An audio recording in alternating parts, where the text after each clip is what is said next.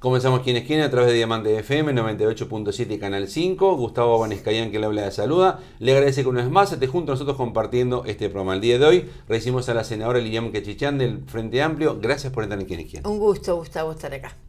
Usted dijo la semana pasada en La Teja, presentando el presupuesto, que están recorriendo los barrios para presentarlo, el proyecto de ley de presupuesto, que la oposición no terminó de entender que perdió el gobierno. ¿Qué quiso decir con eso?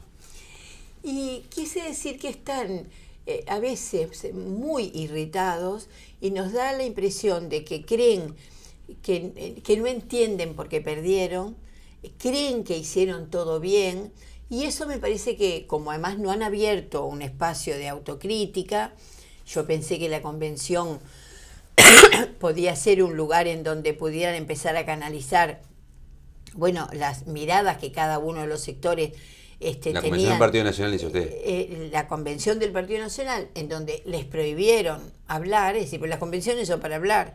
Entonces me parece que no han culminado el proceso de analizar entre ellos, y eso sinceramente creo que los tiene un poco desacomodados. ¿Sí? Usted dice que esa convención que no permitió hablar, como en sus términos, está provocando este tipo de reacciones. No solo la convención, digo, el hecho de que ellos creían que ganaban, ellos están convencidos que hicieron todo bien, y haber tenido la derrota, porque no perdieron por 30.000 o por 40.000 votos, perdieron por 100.000 votos, me parece que sí, que los tiene desacomodados. No solo la convención, nunca es una cosa sola. Pero si hubieran hecho una catarsis ahí, ¿usted dice que sería distinto ahora? Y yo creo que por lo menos hubieran analizado de otra manera el momento actual. Sí, yo creo que sí.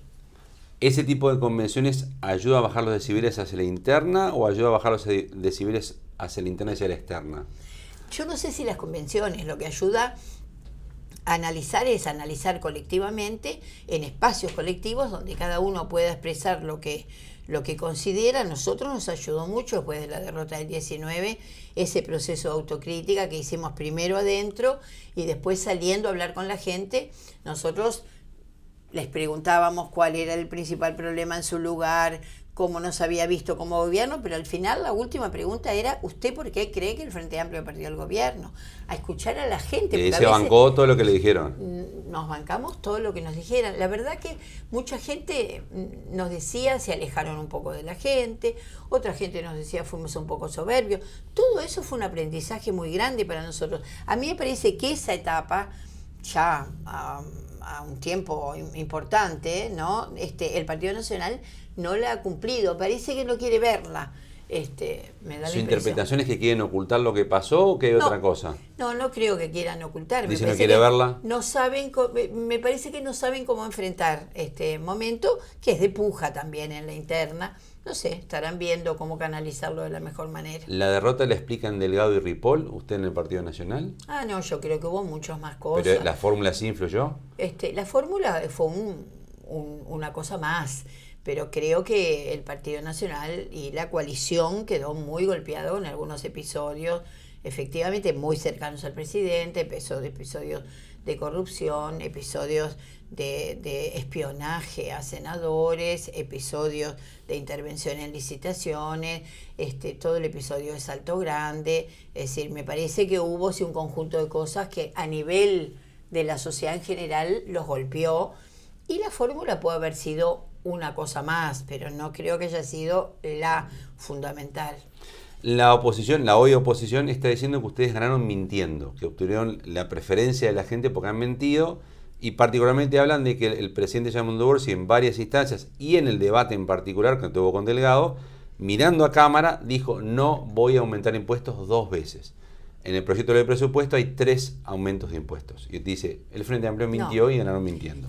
Primero, después vamos a los aumentos, porque no hay 3 aumentos de impuestos, pero es cierto que si hay algo claro es que los que mintieron fueron los que nos dieron la información en la transición, que nos dijeron que el Uruguay venía bajando su inflación y que su déficit fiscal, y que el déficit fiscal era 2,8. Sobre ese presupuesto, sobre esa base, es que nosotros definimos un conjunto de prioridades y creímos que no era necesario ninguna toqueteo tributario.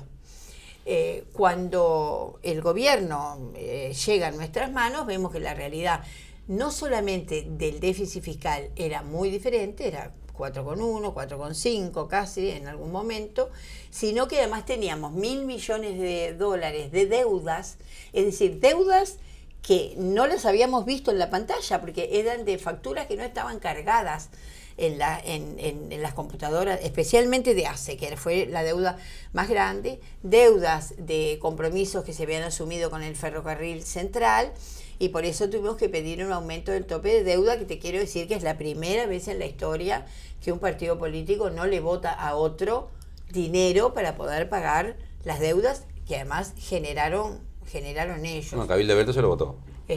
Sí, pero el Partido Nacional y el Partido Colorado, que son el grueso de la coalición, no lo votaron, y es un hecho realmente muy significativo en cuanto a la responsabilidad institucional. Pero tanto el impuesto global a las multinacionales como el impuesto, es decir, el IVA a las rentas de los depósitos en el exterior, son simplemente medidas de la de las multinacionales. Es un impuesto que se ha analizado a nivel del mundo, la OCDE lo ha mirado, el otro también. Pero no existía en Uruguay ese impuesto. Uruguay, en las empresas existía, las empresas ya lo pagan. Lo que estamos haciendo es localizarlo. Pero en Uruguay no se pagaba. No, el Uruguay no lo había instrumentado. Entonces, crearon un impuesto pero ahí. No creamos, lo creó la OCDE. También, pero Uruguay acá en lo que Uruguay hace es sumarse a lo que la OCDE le está pidiendo. Si lo querés decir de maneras que le puedan servir para el debate político, lo podemos decir, pero no es. El Uruguay no lo inventó a ese sí, pero lo instaura en el proyecto. Lo localiza. Dice, ahora tienen que pagar en Uruguay. En vez de en Finlandia, usted lo paga acá. En vez de en la India, usted lo paga acá. Y a mí me parece muy justo. Lo mismo con el impuesto TEMU o el impuesto a las compras de China. No existía el IVA. Las compras. El IVA a las compras existe. No, de los que vos sacas de China, no. El IVA a las compras existen. Lo que las compras online de cualquier tipo no estaban grabadas. Bueno, lo que se hace es trasladar el IVA a las compras nacionales que se hacen acá y las que se hacen mediante Pero nuevamente encomiendas. no existía ese impuesto. No es un nuevo impuesto. Es, como bien dice Odone, una adecuación tributaria en aras de ser justos y de la equidad.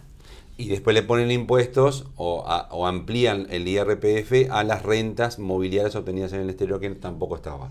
No lo ampliamos, sino que es lo mismo que con el impuesto a las compras en el exterior.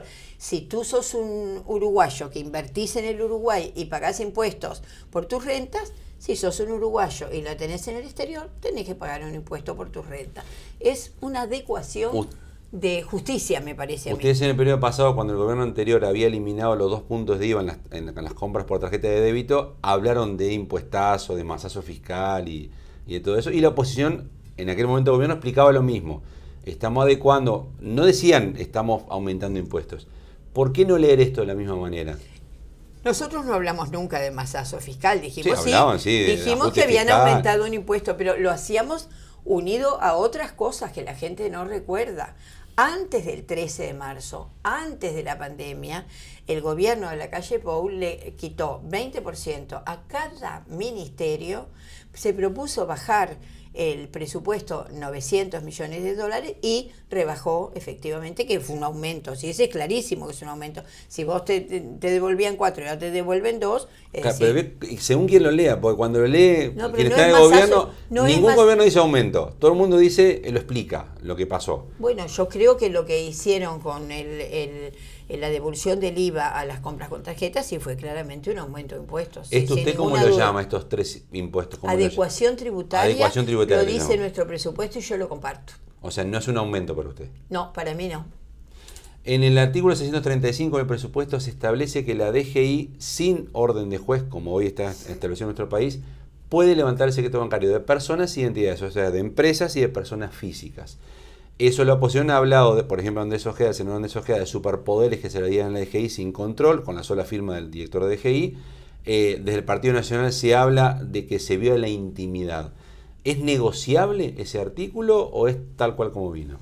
Mira, está el 135 del presupuesto y nosotros estamos paralelamente en la Comisión de Hacienda estudiando el nuevo proyecto de lavado de activos.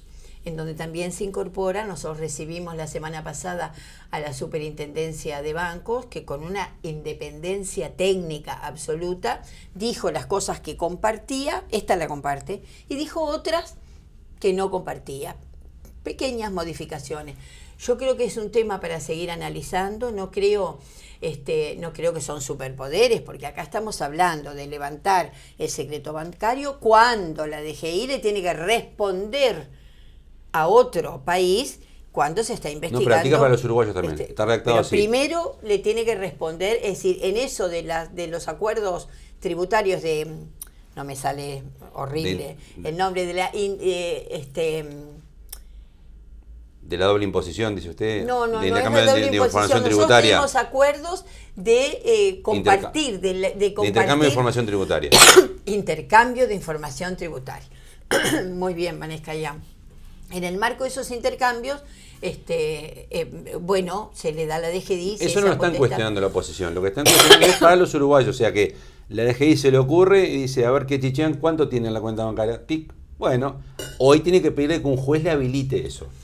Con este artículo la DGI dice, quiero ver cuánto tiene que chichear. Aprieta el botoncito y ya el Banco Central tiene que informar. Claro, pero tiene que tener un motivo. Es decir, estoy investigando por algo, me parece que algunas transacciones son sospechosas. Es decir, es en el marco, no es que hoy me levanté con ganas de pedir cuánto dinero tiene Banescayán en la cuenta y lo puedo hacer. No Podría es así. hacerlo. No, debería decir, Banescayán, me resulta sospechoso por esto, por lo otro, o me pidieron de tal lugar, o sospecho de tal cosa. No es... ¿Y no es más garantista que haya un juez que presente un escrito ante un juez y diga, mire, estoy sospechando tal cosa?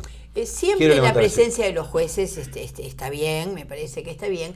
También es cierto que en el mundo de hoy, en la rapidez de las transacciones comerciales, a veces han sido...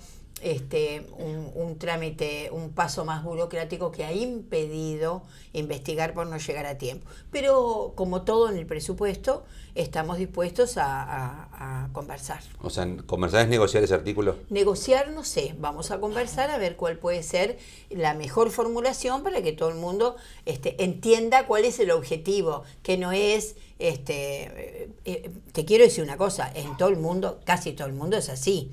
Es decir, no es que Uruguay es la excepción, o vamos a hacer la excepción, o es el disparate atómico, como dijo Ojeda, ¿no? Que atómico, en buena parte del mundo. Pero usted podría conversar la posibilidad de que esté un juez en esto. Todo lo que está en el presupuesto es conversable, por eso está en el Parlamento. El Parlamento parlamenta entre los partidos. Pero puede conversar la presencia de un juez en este procedimiento. Vamos a ver qué es lo que se... No se cierra eso, por lo menos usted. Yo personalmente no me cierro a discutir ningún artículo y tampoco este. Ni que entre un juez en este artículo. Ni tampoco este. ¿Le invito a una pausa? ¿Cómo no? Continuamos a partir de misma quién es quién con la senadora Lilian Quechichán del Frente Amplio. Recordamos, como siempre, horario principal de emisión de quién es quién, jueves 22:30 horas en Canal 5, repeticiones viernes 10 de la mañana en Diamante FM y sábados en Canal 5. Pausa y en más quién es quién.